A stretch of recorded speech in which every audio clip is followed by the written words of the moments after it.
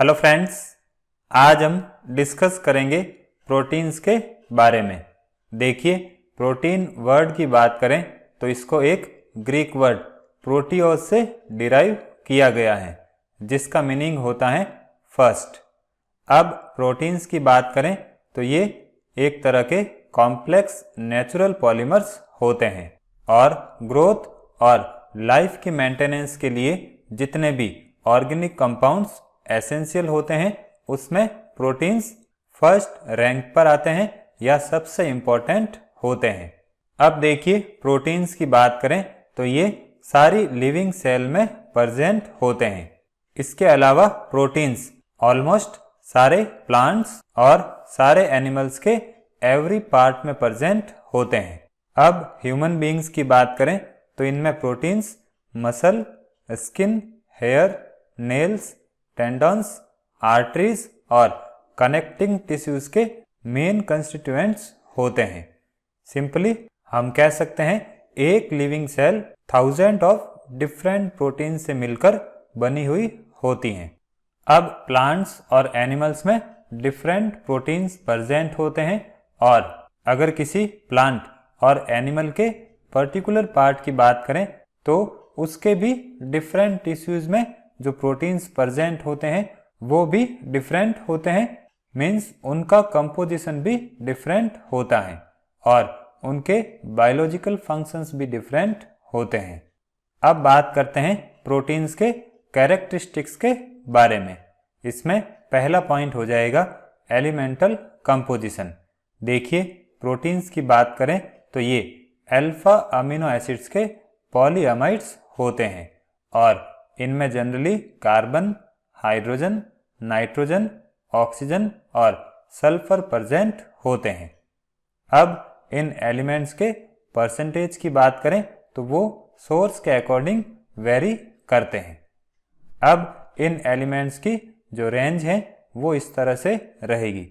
Carbon की percentage 45 से 55% होती है, हाइड्रोजन 5.5 से 9% होता है, ऑक्सीजन 12 to 30% होता है, नाइट्रोजन 10 to 32% और सल्फर 0.2 to 0.3% होता है। इसके अलावा प्रोटीन्स में फास्फोरस, आयोडीन या कुछ ट्रेस मेटल्स जैसे आयरन, कॉपर, जिंक और मैंगनीज भी प्रेजेंट होते हैं। फिर नेक्स्ट पॉइंट हो जाएगा हाई मॉलिक्यूलर वेट। देखिए, प्रोटीन्स की बात करें तो उनका मॉलिक्यूलर वेट जनरली 10,000 से अबव होता है और ये मिलियंस तक भी हो सकता है। फिर नेक्स्ट पॉइंट हो जाएगा एम्फोटेरिक नेचर।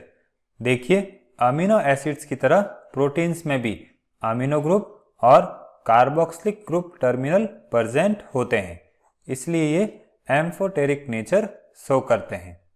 फिर नेक्स्ट पॉइंट हो जाएगा आइसोइलेक्ट्रिक पॉइंट्स।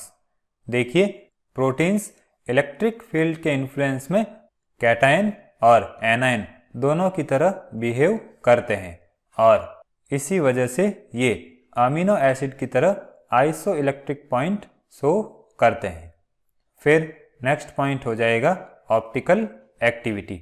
देखिए, अमीनो एसिड रेजिड्यूज की बात करें तो उनमें अल्फा पोजीशन पर कायरलिटी सेंटर प्रेजेंट होता है और इसी वजह से सारे प्रोटीन्स ऑप्टिकली एक्टिव होते हैं।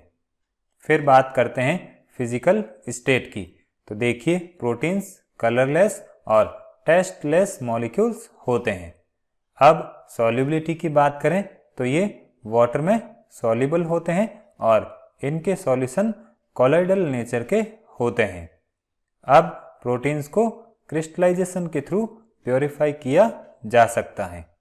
देखिए, प्रोटीन्स हीट, एसिड्स, एल्कलीज और कुछ ऑर्गेनिक सॉल्वेंट्स के टूवर्ड्स सेंसिटिव होते हैं। फिर बात करते हैं डीनेचुरेशन की। तो देखिए, जब प्रोटीन्स के एक्वस सॉल्यूशन का टेम्परेचर चेंज किया जाता है या उसमें एसिड या एल्कली ऐड किया जाता है तो प्रोटीन का कोगुलेशन हो जाता है या उसका प्रेसिपिटेशन हो जाता है। तो इस प्रोसेस को हम प्रोटीन्स का डीनेचुरेशन कहते हैं। अब ये प्रोसेस इरिवर्सिबल प्रोसेस होता है, लेकिन कुछ केसेस में प्रोटीन्स की ओरिजिनल प्रॉपर्टीज को रीस्टोर किया जा सकता है। अब यहाँ पर जो रीस्टोरेशन है वो उसी केस में किया जा सकता है जब डीनेचुरेशन हीट के थ्रू किया जा सके। मीन्स अगर किसी भी प्रोटीन का डीनेचुरेशन हीट के थ्रू किया जाता है तो उस केस में हम उस सॉल्यूशन को अगर स्लोली कूल करते हैं तो उस प्रोटीन को रीस्टोर किया जा सकता है। तो यहाँ पर जो रीस्टोरेशन का प्रोसेस है उसको हम प्रोटीन्स का रीनेचुरेशन या एनिलिंग कहते हैं। इसके बाद नेक्स्ट पॉइंट हो जाएगा कलर रिएक्शन। देखिए, प्रोटीन्स को कैरेक्टराइज्ड करने के लिए कुछ कलर रिएक्शंस की जाती हैं। तो इसमें पहली रिएक्शन हो जाएगी निनहाइड्रीन रिएक्शन। देखिए, जब प्रोटीन की रिएक्शन निनहाइड्रीन के पाइरिडीन सॉल्यूशन के साथ करवाई जाती हैं तो उससे deep blue to violet pink colour appear होता है और कुछ केसेस में रेड कलर भी अपीयर होता है। तो इन कलर के बेसिस पर हम प्रोटीन को कैरेक्टराइज कर सकते हैं। फिर नेक्स्ट हो जाएगा बाइयूरेट टेस्ट। देखिए, इस टेस्ट की बात करें तो ये उन सारे कंपाउंड्स का कैरेक्टरिस्टिक टेस्ट होता है जिनमें पेप्टाइड लिंकेज प्रेजेंट होता है और ये टेस्ट प्रोटीन्स में पेप्टाइड लिंकेज की प्रेजेंस को इंडिकेट करता है।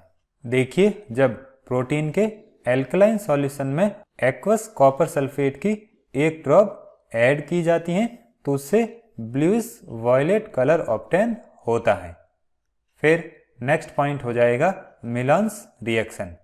देखिए, मिलान्स रिएजेंट की बात करें तो वो मर्क्यूरिक नाइट्रेट, नाइट्रिक एसिड और नाइट्रस एसिड का कॉम्बिनेशन होता है।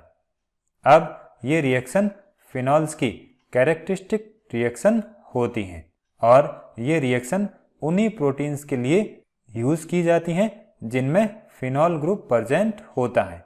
मीन्स ऐसे प्रोटीन्स जिनमें टायरोसिन यूनिट प्रेजेंट होती हैं। देखिए, टायरोसिन की बात करें तो इसमें फिनोलिक ग्रुप प्रेजेंट होता है। अब इस तरह के प्रोटीन्स को जब मिलान्स रिएजेंट के साथ ट्रीट किया जाता है तो एक वाइट प्रेसिपिटेट ऑब्टेन होता है। ये वाइट प्रेसिपिटेट कोल्ड कंडीशन में ऑब्टेन होता है। अगर सॉल्यूशन को हीट करते हैं तो उससे रेड कलर ऑब्टेन होता है। फिर नेक्स्ट पॉइंट हो जाएगा ज़ैंथोप्रोटिक टेस्ट। देखिए, जब प्रोटीन को नाइट्रिक एसिड के साथ ट्रीट करवाया जाता है तो उससे येलो या ऑरेंज कलर प्रोड्यूस होता है और इसी वजह से जब नाइट्रिक एसिड अपनी स्किन के कांटेक्ट में आता है तो स्किन येलो कलर की हो जाती है। फिर नेक्स्ट हो जाएगा हेलर्स टेस्ट। देखिए, जब protein solution containing test tube में concentrated nitric acid test tube की साइड वॉल्स के थ्रू ऐड किया जाता है तो दोनों लेयर्स के जंक्शन पर एक पीपीटी अपीयर होता है। और इस टेस्ट की बात करें तो इसका यूज़ यूरिन में एल्बुमिन को डिटेक्ट करने में किया जाता है।